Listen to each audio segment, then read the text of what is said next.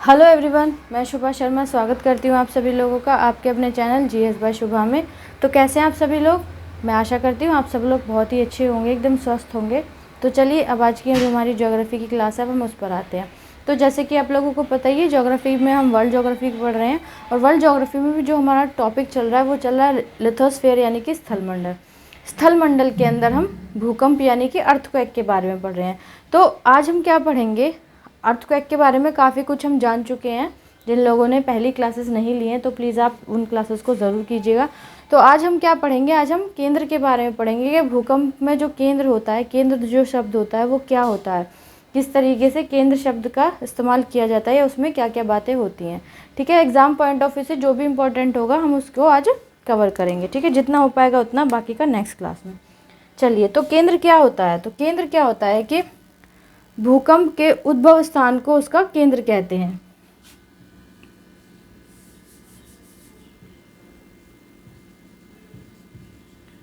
भूकंप के उद्भव स्थान को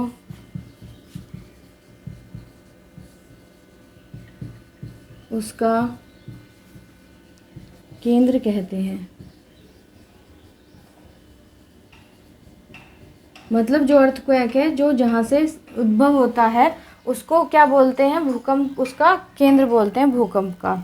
भूकंप के केंद्र के निकट पी, एस तथा एल तीनों प्रकार की तरंगे पहुँचती हैं। भूकंप के केंद्र के निकट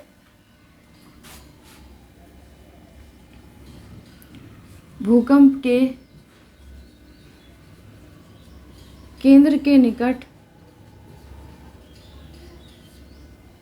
भूकंप के केंद्र के निकट पी, एस तथा एल तीनों प्रकार की तरंगे पहुंचती हैं। पी, एस तथा एल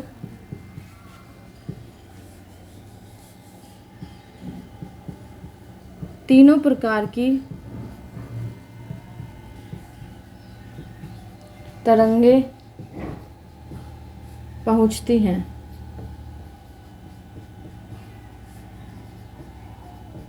ठीक है, आगे है पृथ्वी के भीतरी भागों में ये तरंगे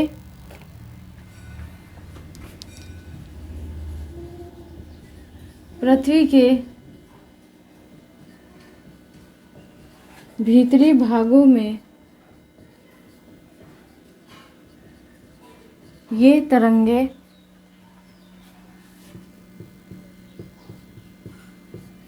पृथ्वी के भीतरी भागों में ये तरंगे अपना मार्ग बदलकर भीतर की ओर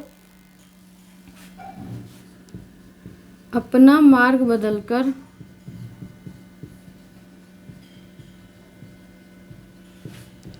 भीतर की ओर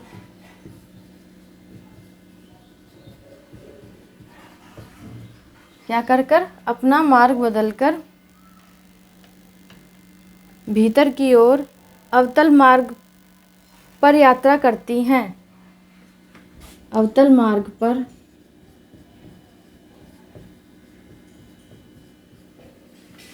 यात्रा करती हैं। सारा भी लिखवाने के बाद सारा एक्सप्लेन कर दूंगी। ठीक है, टेंशन की ज़रूरत नहीं है। आगे है भूकंप के, या फिर ऐसे मत लिखो, भूकंप केंद्र से धरातल के साथ भूकंप केंद्र से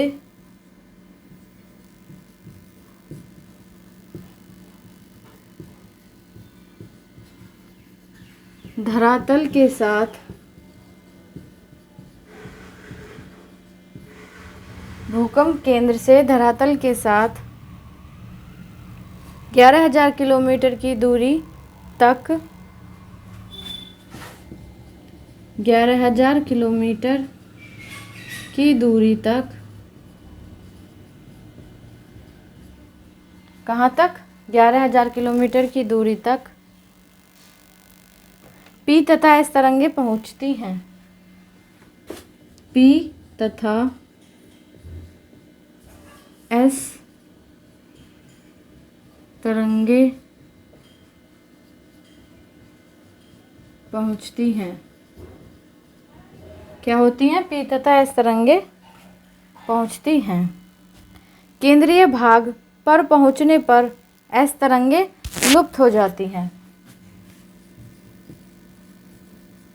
केंद्रीय भाग पर पहुंचने पर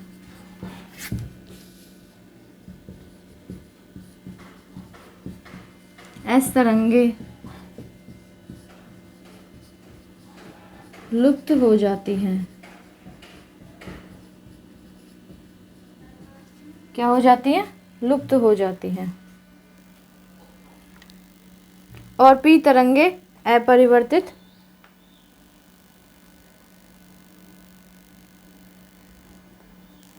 हो जाती हैं। सॉरी, अपरिवर्तित नहीं होती हैं, अपवर्तित हो जाती हैं। ठीक है। और पी तरंगे, एक मिनट, एस तरंगे लुप्त हो जाती हैं और पी तरंगे अपवर्तित हो जाती हैं। फुल स्टॉप नहीं है। और पी तरंगे अपवर्तित हो जाती हैं।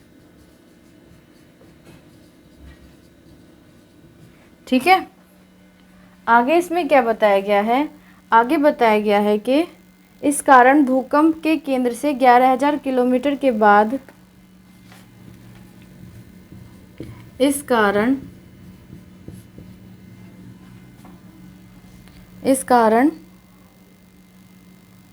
भूकंप के केंद्र से 11,000 किलोमीटर के बाद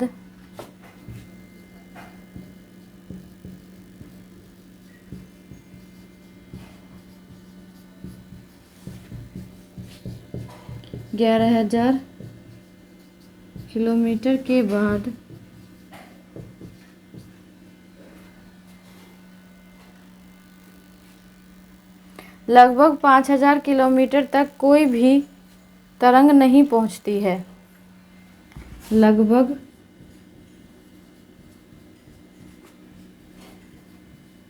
5,000 किलोमीटर तक कोई भी तरंग नहीं पहुंचती है।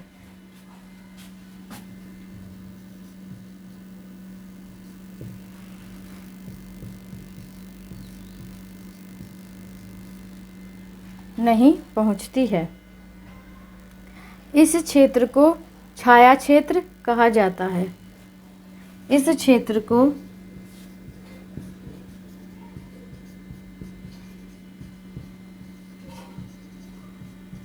छाया क्षेत्र,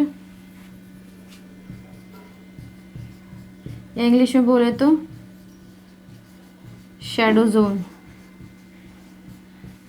कहा जाता है। अब केंद्र के बारे में अच्छी तरीके से समझ लो और लिख लो। ठीक है। देखो, तो भूकंप के अंदर केंद्र क्या होता है? मतलब ये हम कह सकते हैं कि भूकंप का केंद्र क्या होता है? तो भूकंप के उद्भव स्थान को उसका केंद्र कहते हैं। मतलब जहाँ से भूकंप उद्भव होता है, ठीक है, जहाँ से भूकंप उद्भव होता है तो उस जगह को या उस स्थान को क्या बोलते हैं? उसका केंद्र, यानी कि भूकंप का केंद्र बोलते हैं, कहते हैं। भूकंप के केंद्र के निकट एस, पी तथा एल तीनों प्रकार की तरंगें पहुंचती हैं। अब जो भूकंप का केंद्र है, जहाँ से भूकंप का उद्भव होता है, वहाँ पर जो तीनों तरंगें होती हैं एस, पी और एल, जो हमने पहले पढ़ लिया था कि तीनों तरंगें कौन सी होती हैं। तो तीनों प्रकार की जो तरंगें होती हैं वो भूकंप के केंद्र तक पहुँच जाती हैं। ठीक है, इतनी बात समझ गए। फिर आगे क्या है? पृथ्वी के भीतरी भागों में ये तरंगें अपने मार्ग बदलकर भीतर की ओर अवतल मार्ग पर यात्रा करती हैं। अब जब पृथ्वी है, जब वो उसके केंद्र, भूकंप के केंद्र पर तो पहुंच जाती हैं, लेकिन जब वो पृथ्वी के अंदर, जैसे ही पृथ्वी के जो भीतरी भाग है वहाँ पर जो तरंगें जाती हैं, तो वो अपना जो तरंगें हैं, जो वेव्स हैं पी, एस और एल, वो क्या है, उनका जो रास्ता होता है अपना रास्ता बदल लेती हैं और वो अवतल मार्ग पर चलने लगती हैं। ठीक है, अवतल मार्ग पर, उत्तल मार्ग पर नहीं, अवतल मार्ग पर वो यात्रा करती हैं या चलने लगती हैं। ठीक है। आगे क्या है कि भूकंप केंद्र से धरातल के साथ, जो भूकंप का केंद्र होता है उससे धरातल के साथ 11,000 किलोमीटर की दूरी तक पी तथा एस तरंगें पहुंचती हैं। अब जो भूकंप का केंद्र होता है वहाँ से धरातल तक, वहाँ से कहाँ तक, धरातल तक, तो लगभग 11,000 किलोमीटर तक कौन सी वेव्स पहुँचती हैं, पी और एस, पी तरंगे और जो एस तरंगे होती हैं, प्राइमरी वेव्स और सेकेंडरी वेव्स जो होती हैं वो वहाँ तक 11 केंद्र से, जो भूकंप का केंद्र है वहाँ से 11,000 किलोमीटर तक ये दोनों प्रकार की तरंगें पहुँचती हैं। ठीक है, इतनी बात समझ गए। फिर आगे क्या है, केंद्रीय भाग पर पहुंचने पर एस तरंगें लुप्त हो जाती हैं। जब केंद्रीय भाग जो केंद्रीय भाग होता है, केंद्र नहीं केंद्रीय भाग जो होता है, वहाँ तक पहुँचते पहुँचते क्या होता है कि जो हमारी सेकेंडरी वेव्स हैं, जो एस वेव्स हैं, हमारी जो एस तरंगें हैं वो लुप्त हो जाती हैं। ठीक है, क्या हो जाती हैं, वो लुप्त हो जाती हैं। और जो पी तरंगें हैं वो अपवर्तित हो जाती हैं, मतलब कि वहाँ से वो वापस लौट जाती हैं। वो क्या होता है, उनका अपवर्तन हो जाता है, मतलब वो अपवर्तित हो जाती है। एस तरंगें तो वहाँ जाके ख़त्म ही हो जाती हैं, लुप्त ही हो जाती है, लेकिन जो पी तरंगें हैं वो वहाँ पर जाने के बाद क्या हो जाती हैं, अपवर्तित हो जाती हैं। इस कारण भूकंप के केंद्र से 11,000 किलोमीटर के बाद, इस वजह से क्या होता है कि जो भूकंप का केंद्र है वहाँ से 11,000 किलोमीटर के बाद लगभग 5,000 किलोमीटर तक कोई भी तरंगें नहीं पहुँचती। तो 11,000 किलोमीटर के बाद लगभग 5,000 किलोमीटर तक क्या होता है, किसी भी तरीके की कोई भी वेव्स जो होती हैं, जो तरंगें होती हैं वो नहीं पहुंचती हैं। इस क्षेत्र को छाया क्षेत्र या शैडो जोन कहा जाता है। तो जहाँ पर दोनों में से कोई तरंगें नहीं पहुंचती हैं, ना पी और ना एस, तो उस क्षेत्र को क्या कहा जाता है, छाया क्षेत्र यानी कि शैडो जोन कहा जाता है। ठीक है, तो आई होप केंद्र के बारे में आप, भूकंप का जो केंद्र होता है उसमें के बारे में आप अच्छे से समझ गए होंगे। अगर इसमें से कोई क्वेश्चन उठकर आता भी है, बहुत डीप क्वेश्चन आता है इसके अंदर से, तो अगर इनडायरेक्टली भी आता है तो आप इजीली कर दोगे। ठीक है, चलिए अब आगे हम क्या जानते हैं, आगे जो हम पढ़ेंगे, आगे हम पढ़ेंगे अधिकेंद्र के बारे में। ठीक है, जिसको हम एपिसेंटर बोलते हैं। किसके बारे में, अधिकेंद्र के बारे में, एपिसेंटर।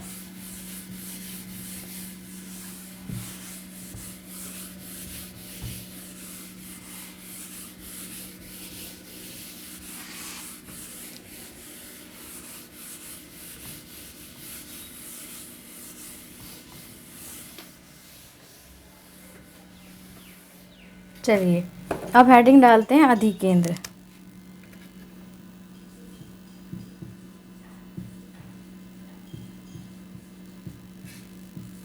अधिकेंद्र जिसको हम क्या बोलते हैं, एपिसेंटर।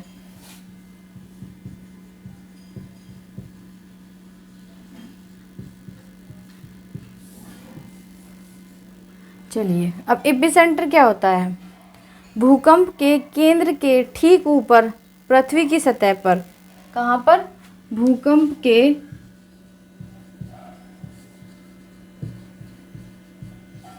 केंद्र के ठीक ऊपर पृथ्वी की सतह पर,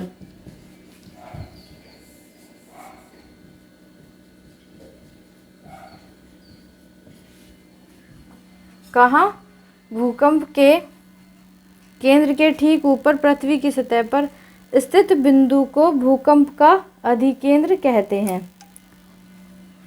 पर स्थित बिंदु को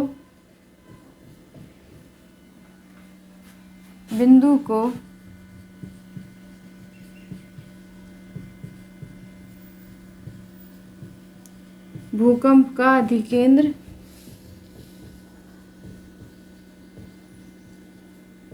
कहते हैं। क्या कहते हैं, भूकंप का अधिकेंद्र कहते हैं, यानी कि एपिसेंटर ऑफ अर्थक्वेक। ठीक है, आगे है अधिकेंद्र पर सबसे पहले पी तरंगे पहुंचती है। अब जो अधिकेंद्र होता है, यहाँ पर लिख लो, अधिकेंद्र पर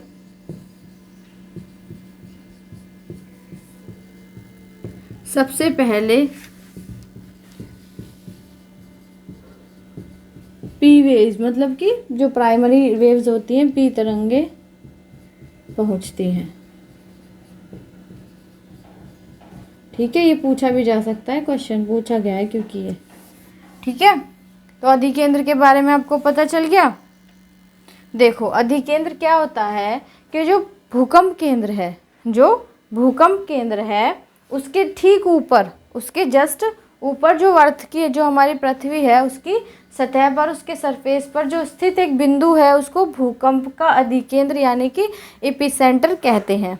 ठीक है, अब जो अधिकेंद्र है, जो एपिसेंटर है, तो उस पर क्या है, सबसे पहले तीनों में से कौन सी वेव्स पहुंचती हैं, तो तीनों में से पी वेव्स जो होती हैं, जो प्राइमरी वेव्स हैं, वो सबसे पहले एपिसेंटर के ऊपर या पास पहुंचती हैं। ठीक है, तो आई होप इतनी बात आप समझ गए होंगे। चलिए अब आगे नेक्स्ट पॉइंट आता है। नेक्स्ट पॉइंट क्या आता है इसमें, अंतःसागरीय भूकंपों द्वारा उत्पन्न लहरों को जापान में सुनामी कहा जाता है। क्या, जो अंतःसागरीय लहरें होती हैं, अंतःसागरीय भूकंपों द्वारा उत्पन्न लहरों को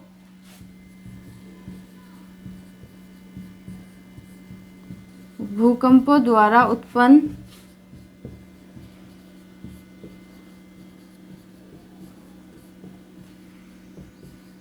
लहरों को जापान में सुनामी कहा जाता है। जापान में सुनामी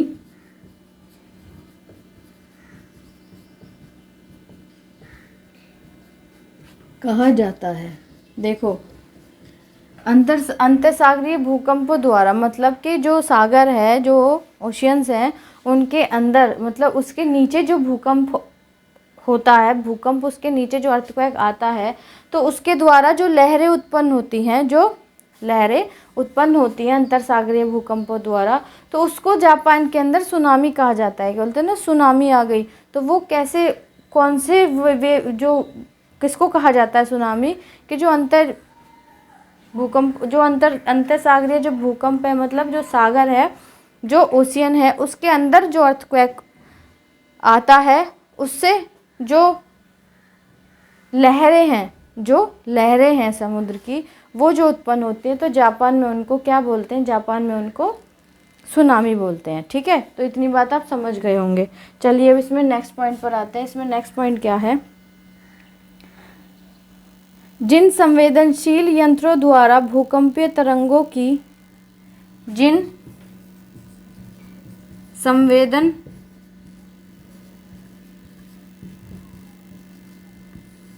यंत्रों द्वारा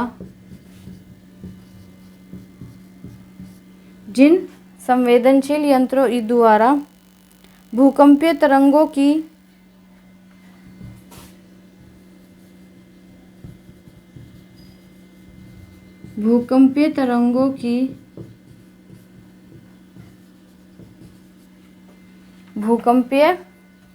की तीव्रता मापी जाती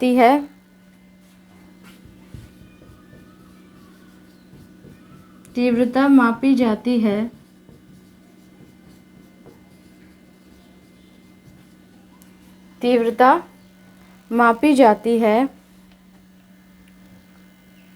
उन्हें भूकंपलेखी या सिस्मोग्राफ कहते हैं।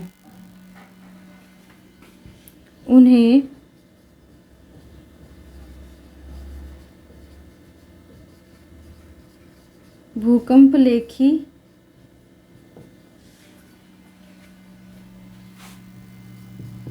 या सिस्मोग्राफ कहते हैं।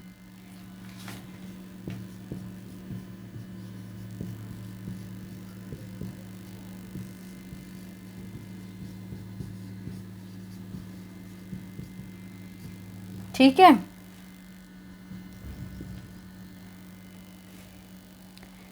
इसके 3 स्केल होते हैं। अब जो सिस्मोग्राफ है, इसके 3 स्केल होते हैं। 3 स्केल कौन से होते हैं,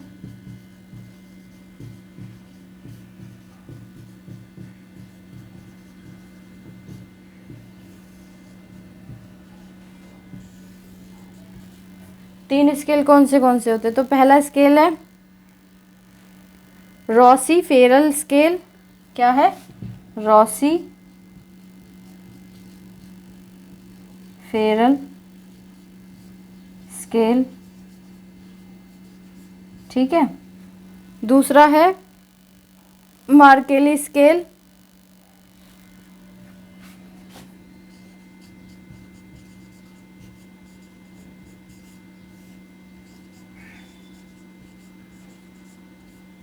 दूसरा क्या है मार्केली स्केल। तीसरा है रिक्टर स्केल। क्या है तीसरा? Richter scale.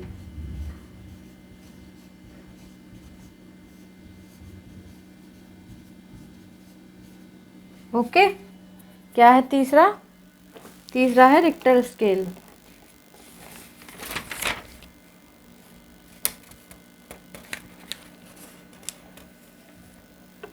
ठीक है, चलिए। तो अब इसमें क्या है कि जो ऐसे संवेदनशील यंत्र होते हैं जिनके द्वारा जो भूकंप की, जो अर्थक्वेक की जो वेव्स होती हैं, जो भूकंप की तरंगें होती हैं, उनकी जो तीव्रता है, जो भूकंप की जो वेव्स हैं, जो तरंगे हैं, उनकी जो तीव्रता है वो जो मापी जाती है, तो उसको हम भूकंप लेखी या फिर सिस्मोग्राफ कहते हैं। ठीक है, क्या बोलते हैं? भूकंप लेखी या सिस्मोग्राफ। अब ये 3 तरीके के स्केल होते हैं। एक होता है रॉसी फेरल स्केल, दूसरा होता है मार्केली स्केल और तीसरा होता है रिक्टर स्केल। अब जो रिक्टर स्केल है इसके बारे में हम कल पढ़ेंगे। ठीक है, तो आई होप इतनी बात आपको समझ में अच्छे तरीके से आ गई होगी। आप जिस हिसाब से चाहें अपने नोट्स बना सकते हैं। अगर आपको वीडियो अच्छी लगी है तो वीडियो को लाइक करने के बाद और बच्चों तक भी शेयर कीजिएगा, ताकि ज़्यादा से ज़्यादा लोग हमारे चैनल के साथ जुड़ सकें। ठीक है, और अगर आप चाहें तो आप इस चैनल के लिंक को भी आप जो भी सोशल मीडिया अकाउंट यूज़ करते हैं उस पर भी शेयर कर सकते हैं। अगर आप इस वीडियो को पहली बार देख रहे हैं, चैनल पर पहली बार आए हैं, अगर वीडियो अच्छी लगी है तो प्लीज़ आप वीडियो को लाइक ज़रूर कीजिएगा। चैनल को सब्सक्राइब करने के बाद बेल आइकन को ज़रूर प्रेस कीजिएगा, क्योंकि मैं जो वीडियो डालती हूँ वो रिकॉर्डेड डालती हूँ।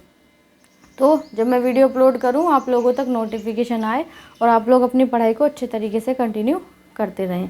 मैंने कल की वीडियो में भी बताया था, जो क्लासेस हैं, जो मैं क्लास अपलोड करती हूँ शाम को 7 बजे के बाद अपलोड करती हूँ। और हिस्ट्री की जो PYQ वाली क्लास है वो बस मैंने 2 दिन ही कराई थी, अब वो नहीं कराऊंगी। ठीक है, जब इनमें से कोई एक सब्जेक्ट ख़त्म हो जाएगा तब मैं PYQ की क्लास स्टार्ट करूँगी। तो आज के लिए इतना ही है। आपका कोई सजेशन वगैरह हो तो आप प्लीज़ कमेंट में ज़रूर बताइएगा। अब मिलते हैं कल की क्लास में, तब तक के लिए थैंक यू वेरी मच।